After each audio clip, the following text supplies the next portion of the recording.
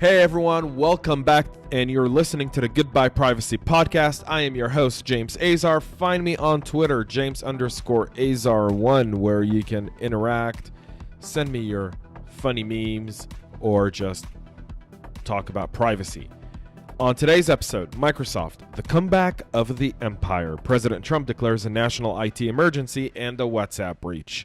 But before we get started on today's episode, you guys are obviously loyal listeners of CyberHub Engage, and we do really appreciate it, whether you listen to our flagship CyberHub Engage podcast or our Goodbye Privacy podcast. We appreciate the fact that you listen to us. We are working hard to get you the best content, interview the right people, and make sure that you get all the latest and greatest news in security and privacy. But we are asking you for your support. If you can go to patreon.com/CyberHub Engage. Again, that's patreon.com/CyberHub Engage. You could support us financially there for as little as $1 a month, or if you want to give us more, you sure can. You get really exclusive access to us here backstage during and after the show. You get some really cool swag. So make sure you go to patreon.com/CyberHub Engage. We're going to be updating and releasing very exclusive content only to our Patreon subscribers and members. So if you're not on Patreon, you're probably missing out on some of our better content. It's even more revolutionary than what you're going to hear today. So again, go to patreon.com/CyberHub Engage and you will have my eternal thanks. Now on to today's show. Today's show, if you're listening, if you're a weekly listener to our podcast, typically we do one episode, 30 to 45 minutes on one topic. And if you're not following us on YouTube or Facebook or Instagram or Twitter, you obviously haven't seen one of our new segments called 60 Seconds of Cyber. It's kind of a daily segment where we talk about some of the latest cyber headlines. And this week has been insane. The fact is, from Tuesday till today, and I'm recording this on Thursday, May 16th, we have been working around the clock, catching up with all the different cyber news that have come out this week. So I'm changing the format slightly this week to address all the different headlines that we typically don't have in cybersecurity and privacy. And so I want to kick off today's episode by talking about President Trump's declaration of a national emergency by executive order to block transactions that involve information or communication technology that, and I quote, poses an unacceptable risk to the national security of the United States. Immediately after this executive order, Commerce Secretary Wilbur Ross added Chinese company Huawei Technologies and its affiliates to the Bureau of Industry and Security entity list, making it more difficult for the company itself to do business with U.S. companies. It also essentially means that in order to buy or sell technology to the Chinese firm, a U.S. company would need to get a license issued by the Bureau of Industry and Security, complicating the way people do business with the Chinese firm or any firm that deems or poses as a risk to the national security of the United States. One of the common things about this executive order is I think it's more tied to the trade war with China and national security. Now, for years, people that I know within the defense industry, within DoD and Homeland Security and other industries have argued the fact that our dependence on critical technology products coming from China is going to endanger our national security. And should a conflict arise, whether it be a trade war or a armed conflict or a political discourse, this technology could put us at risk and give China the upper hand because we're so reliant on them.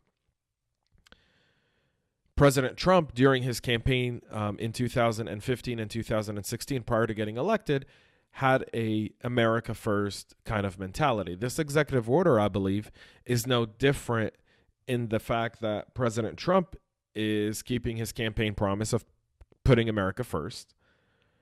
He's not allowing us to go into a bad trade deal with China, and he's doubling down on all the pressure when it comes to this trade war.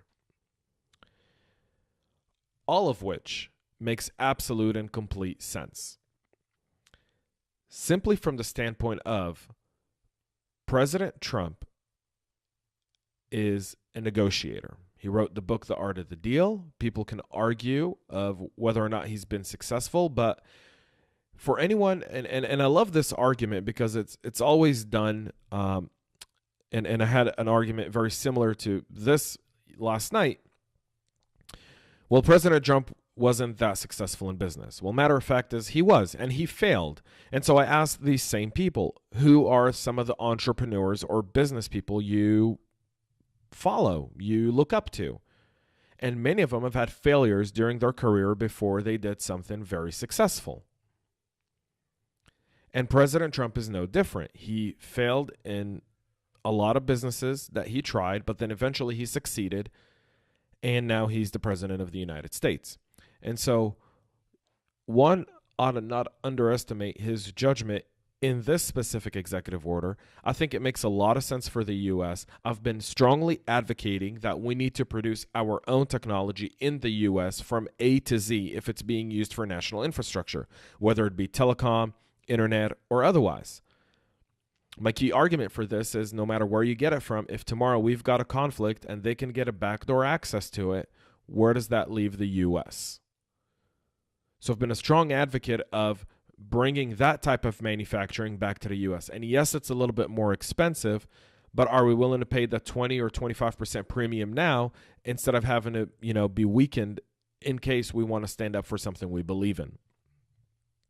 And if you've got an opinion on this, you're more than welcome to join my discussion on Twitter, James_Azar1. We can have a great conversation on this very topic. You can obviously message us and email us. I'd love to be able to keep this conversation going on this specific topic and hear other people's point of view.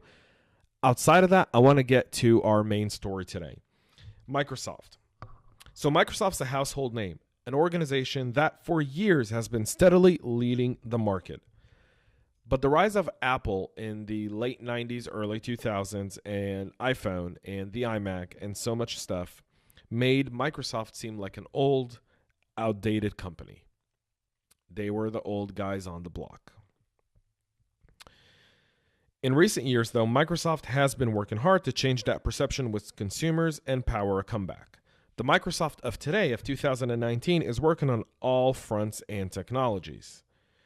A lot of this they did by opening retail locations, cool commercials with, they have one commercial with comment on the Microsoft AI that aired during the Super Bowl. It's everywhere online, talking about all the great technologies that they have and all the great things that they are doing. But as I always say, competition is always great for us.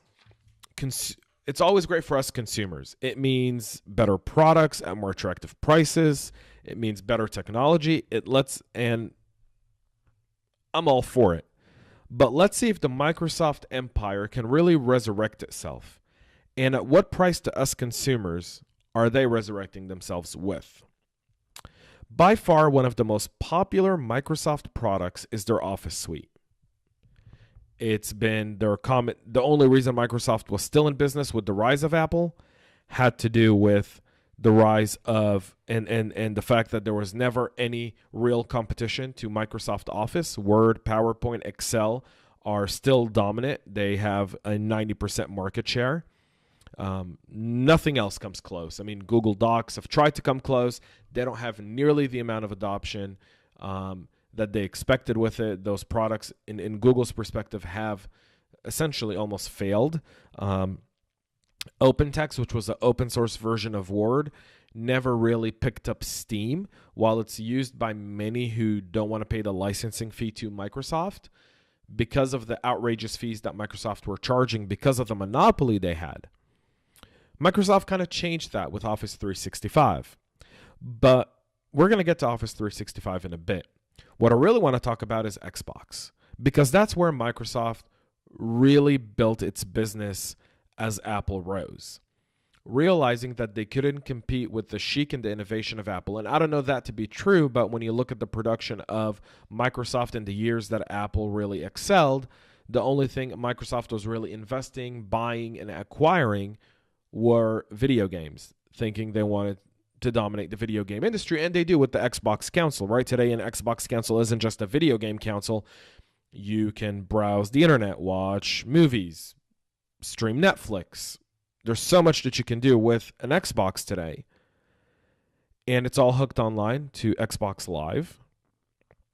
You can chat with your friends. It's much more than a gaming console. And it's become the center of your life. The evolution of our younger generation, and if you think of, I think my generation and younger, we are a gaming generation, and whether it be PlayStation or Xbox, Nintendo, or the Nintendo Wii, or any of the other game consoles. My wife won't let me get any gaming console, so I've been out of the gaming game for quite some time now. But this evolution does apply to the younger generation, and it makes the Xbox the center of life and access point for everything. And one of my favorite things to do on YouTube is Google gaming console, girlfriend destroying it, or a dad destroying a Xbox to his son. There's a guy on Facebook and YouTube that has a page where the older brother is recording his younger brother have his Xbox destroyed by his dad like once a month because the kid just won't get a job and is just stuck on his gaming console.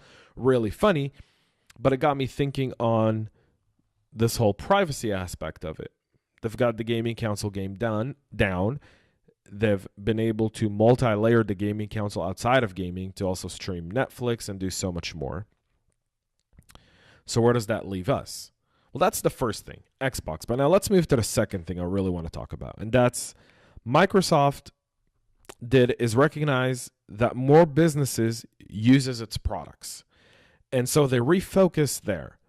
And they did this, we'll go back to Office 365, Microsoft Azure, Microsoft AI, the acquisition of GitHub in 2018. They bought Skype, Microsoft OneDrive, their answer to Dropbox, Microsoft Dynamics, the number one competitor to Salesforce, their data platform, Microsoft Advertising for all their Bing and all Microsoft associated advertising websites, as well as their .NET developer platforms, and so much more. The list is really endless, but it was really, really solidified, and you kind of understood the Microsoft strategy in business with their acquisition of the social media network LinkedIn in December of 2016. And what that essentially did is it put Microsoft smack down in the heart of all things that have to do with business. If you're an attorney, you use Office products. That's just the standard. People use Outlook email more than I think any other, although Gmail has the G Suite business does have a higher market share simply because of its pricing and its accessibility per user for small businesses. But when you look at enterprise, Outlook dominates enterprise. So what does all this really mean? Well, this means that Microsoft is positioning itself right smack down in the middle of all things in the business world, from small business solutions like Office 365 to enterprise solutions like Azure. And Microsoft is primarily positioned to own this market for the foreseeable future. And they've put themselves smack down in the middle of it all. So what's the risk with Microsoft to us consumers? Well, let's dig in for a moment and think big picture here. 90% of the market today uses the Office suite that Microsoft owns, whether it be Word, PowerPoint, Excel, OneNote, you name it. 90% market share, that is a domination, that is a monopoly. No one comes close.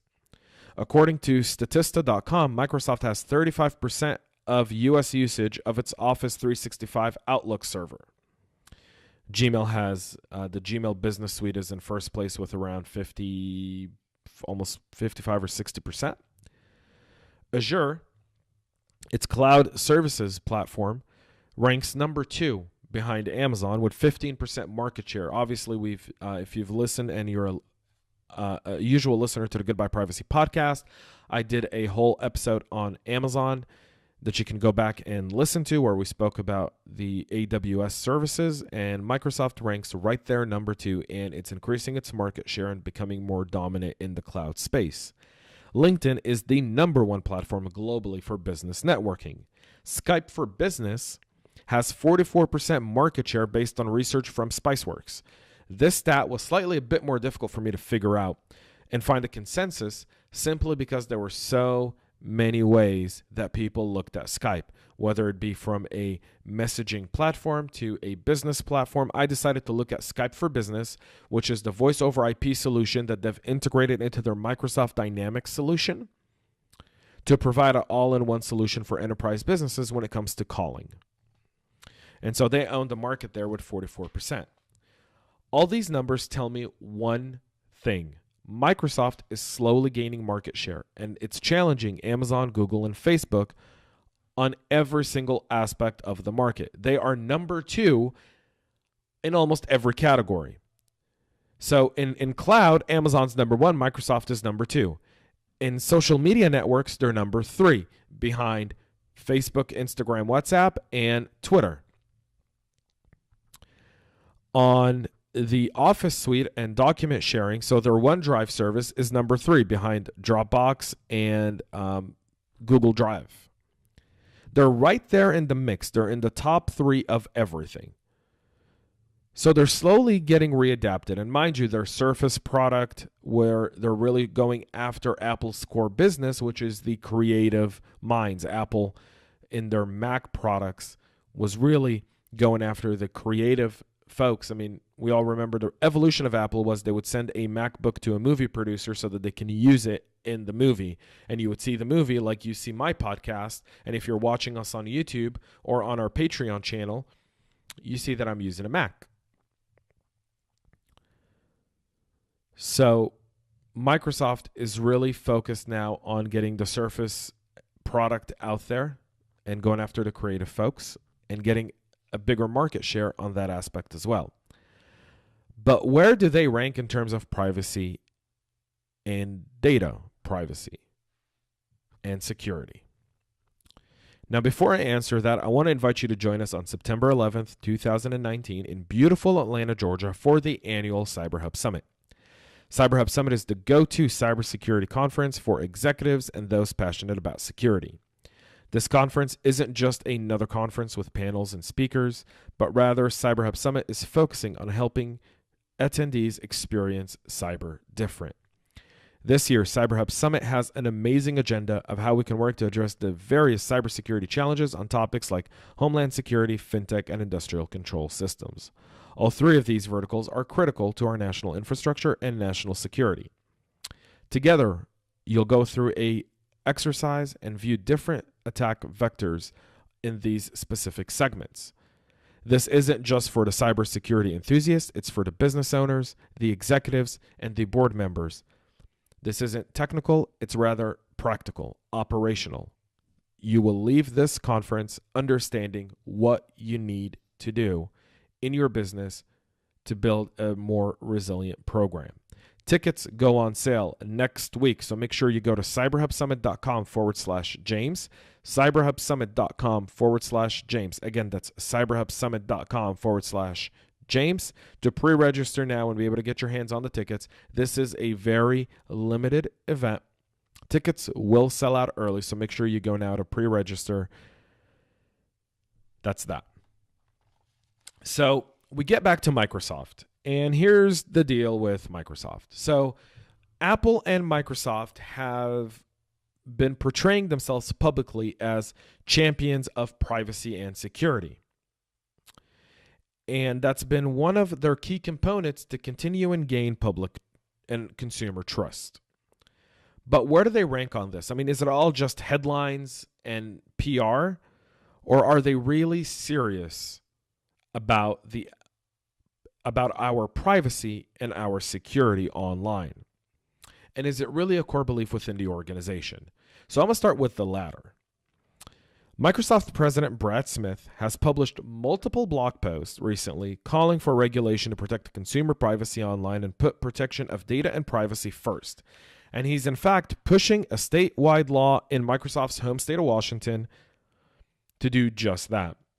In 2013, Microsoft CEO Satya Nadella told the crowd, "Your privacy is our top priority," and later added that privacy is, and I quote, "a human right."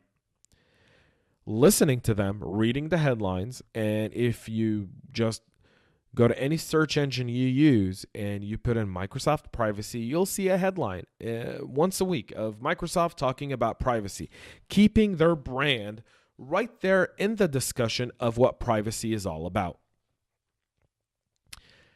Now, all this sounds good.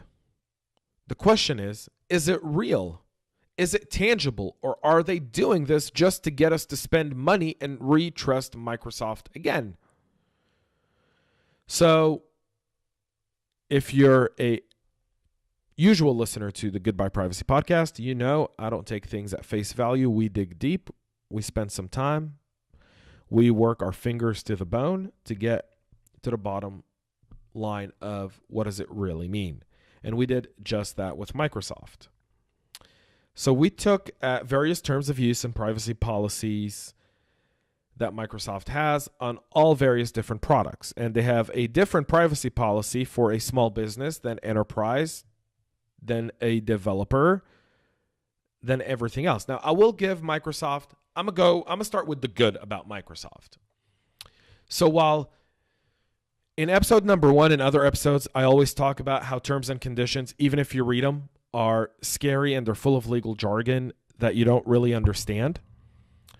Microsoft's completely different on that aspect. And we saw that when we explored LinkedIn's terms and conditions. Simply because Microsoft writes its privacy policy very simple, that any person who reads it understands it. And that's great. While it's simple, it's not specific. And part of it is, I feel this is where they doubt most consumers' intelligence on this specific topic. So they do retain, process, and obtain a huge amount of data. And one of the key things is they say, we obtain your data from third-party sources. And our hashtag data cartels is there for a reason. Because Microsoft gets and shares data from Facebook, from LinkedIn that they own, from Twitter, from Instagram, from WhatsApp, from every single social media out there. On top of probably the cloud services that they use and so many other places. They obtain our data. They have, if you think of how important your fingerprint is, and in our most recent episode, we spoke about the biometric data in the EU. The same applies here with Microsoft. They have an entire footprint of everything we do. Their advantage is that they run the business platform. So while you might have a Gmail address for your personal use, your company may use Outlook 365, and using Outlook 365 allows them to use that specific product to start tracing you everywhere else online. And they use the same exact excuse everyone else does.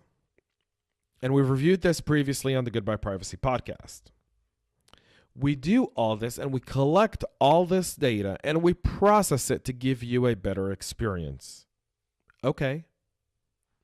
Let's say that's true.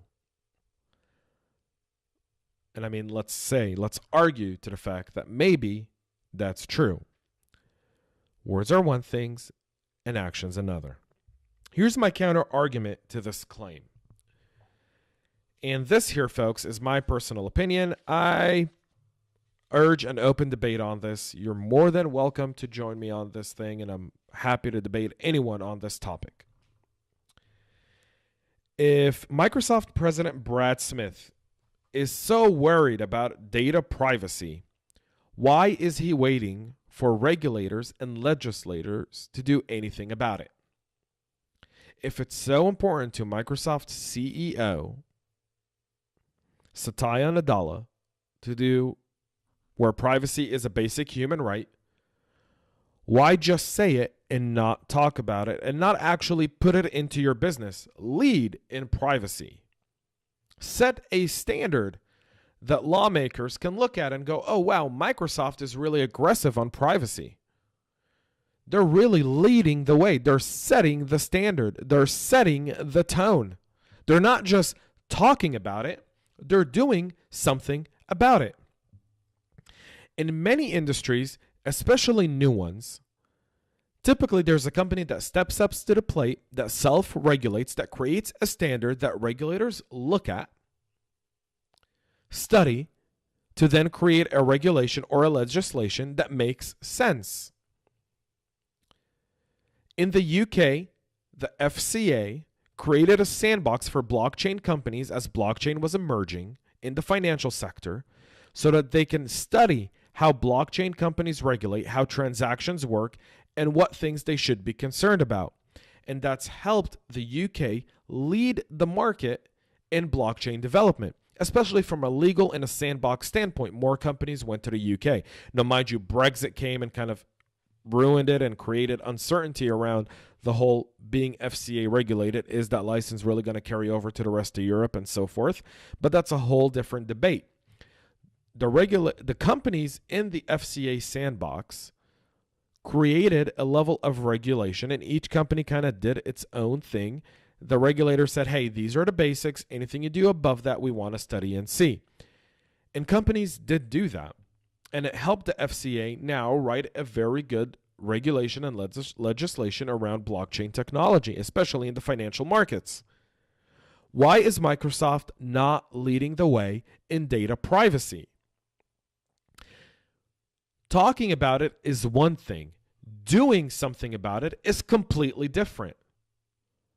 Why are we not doing something about this? If you're so confident and you're so passionate and you're outspoken, Microsoft spends millions and millions of dollars on lobbyists.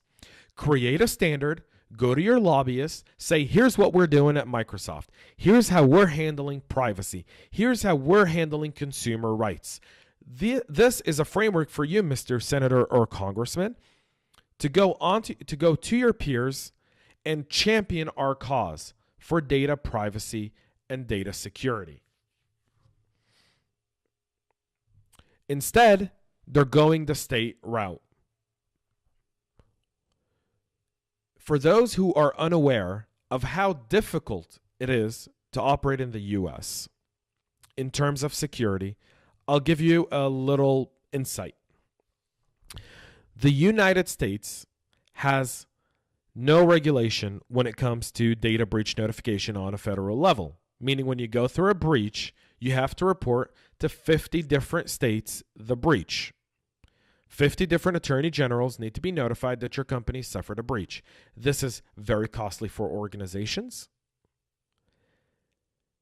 Most smaller organizations have no way of handling this, and that's why when you hear a statistic that says 60% of small businesses go out of business suffering a cyber breach, the reason for it isn't just the cost of the cyber breach, it's the fact that they are going to have to notify a minimum of one attorney general if they operate in one state, but most companies in the US operate in more than one state. So they have to notify the attorney general in every single state, and there's a law, and there's rules around notification, time frame, what it is, how you're supposed to notify those folks, and those cost a lot of money to do. So now we all obviously, and if you're a privacy warrior and advocate, you've heard about the California Consumer Protection Act, the CCPA, which is supposed to begin enforcement in July of next year in California. And the CEO of Microsoft, Brad Smith, understanding that we have 50 different data breach notification laws state by state, understanding how difficult that is for organizations, is advocating for a privacy law in the state of Washington. You're Microsoft, you're global, you're international, you're a powerhouse.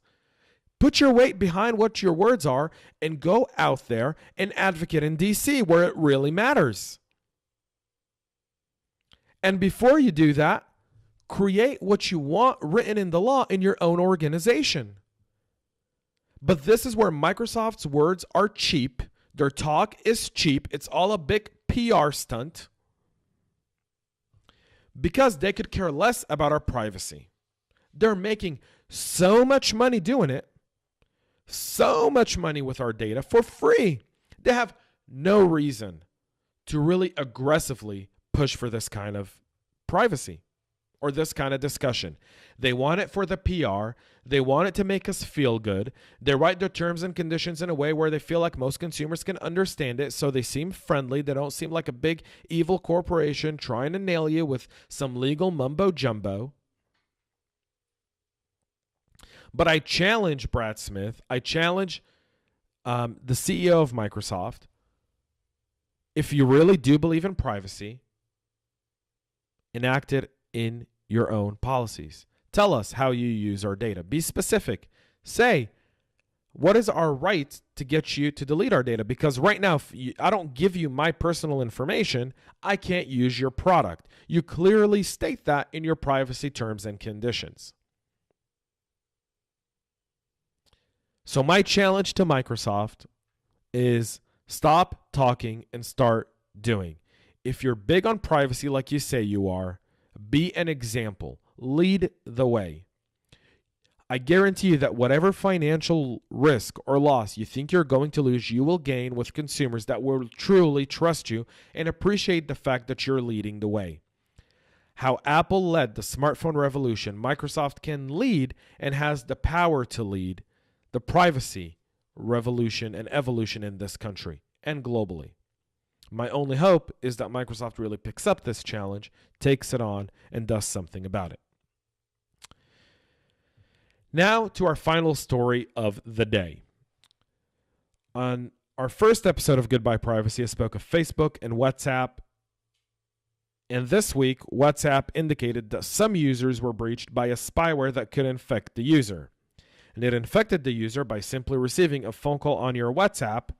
And even if you didn't answer it, the spyware would be downloaded to your device. It's based on initial research, this spyware was tracked back to the NSO group. This is the same NSO group and the same company that's now being sued for its alleged involvement in selling a tool to the Saudi government to help spy and track now deceased but former Washington Post journalist Jamal Khashoggi.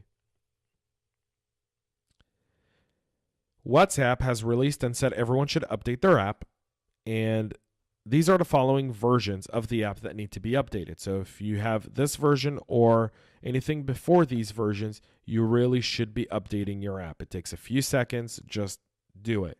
So WhatsApp for Android, it's prior to version 2.19.134. WhatsApp Business for Android is version 2.19.44. WhatsApp for iOS, it's prior to version 2.19.51. WhatsApp Business for iOS is for version 2.19.51. WhatsApp for Windows phones prior to version 2.18.348. And WhatsApp for Tizen prior, never heard it. What's Tizen? I don't know what that is. Sorry.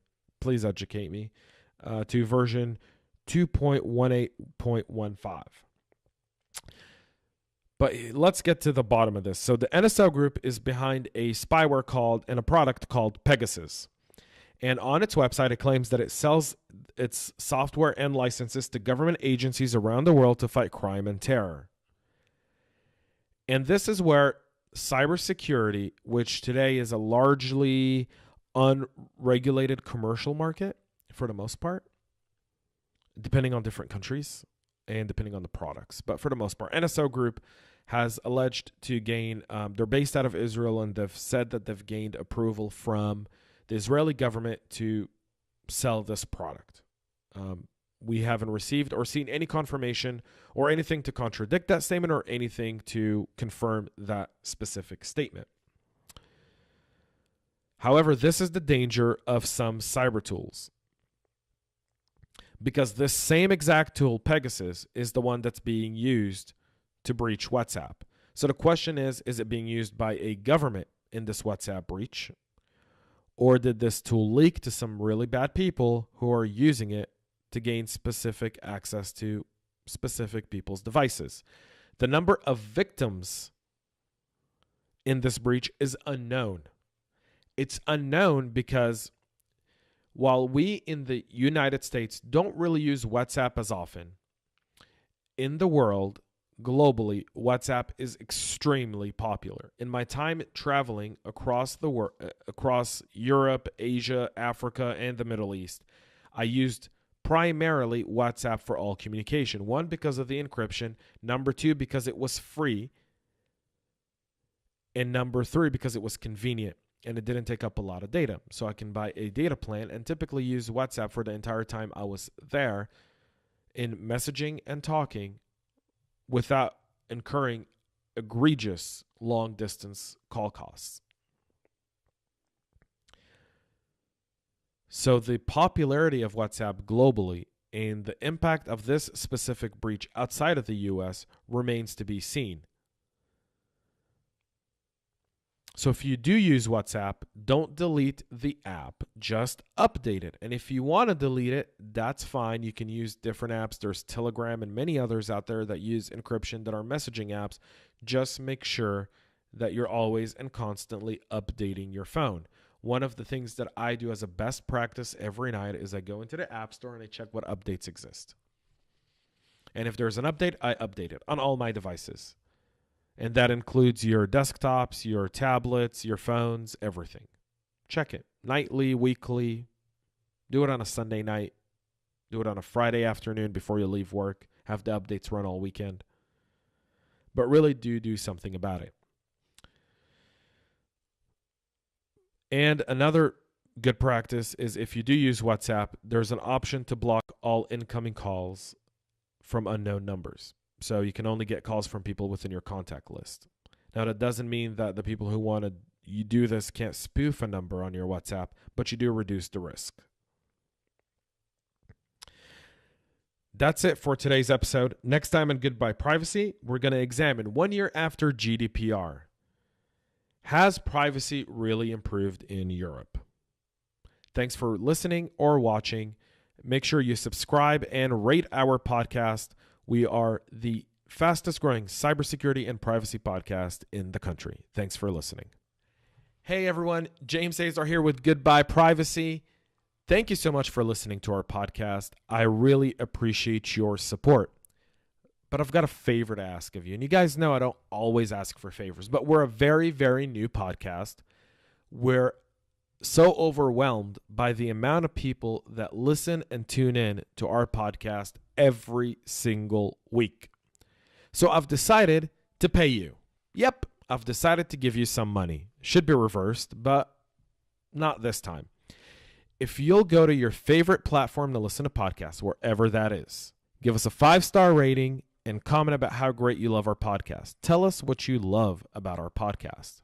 You will automatically enter a drawing to win a $50 Amazon gift card. So all you have to do is go to your favorite podcast listening platform, whether it be iTunes, Google, Spotify, iHeartRadio, wherever you listen to us. Give us a 5-star rating. Take a screenshot. Go to any one of the CyberHub Engage social media platforms, Twitter, Facebook.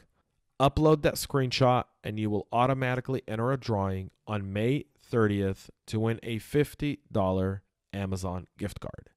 Thank you.